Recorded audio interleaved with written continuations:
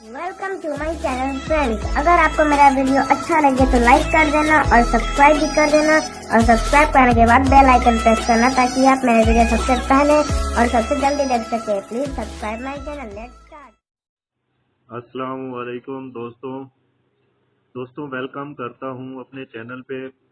दोस्तों आज हम सीखेंगे कि हम अपने फोटो या पिक्स को उसका बैकग्राउंड कैसे चेंज कर सकते हैं, और जो पहले वाला बैकग्राउंड है उस बैकग्राउंड को हम कैसे रिमूव कर सकते हैं।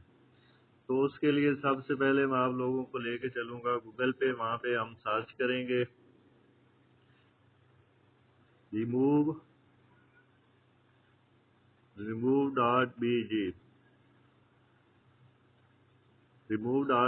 BG का मतलब है बैकग्राउंड। तो आप लोगों ने ये लिखना है। यहाँ पे फर्स्ट नंबर पे आपके पास वेबसाइट आ जाएगी जो है www.remove.bg। इसके ऊपर क्लिक कर देना है। क्लिक करने के बाद आप लोगों के पास कुछ इस तरह का इंटरफेस शो होगा। इंटरफेस शो होने के बाद आप लोगों ने यहाँ से आप ऑप्शन देख रहे हैं ब्लू कलर का है अपलोड इमेज। यहाँ पे क्लिक कर लेना है।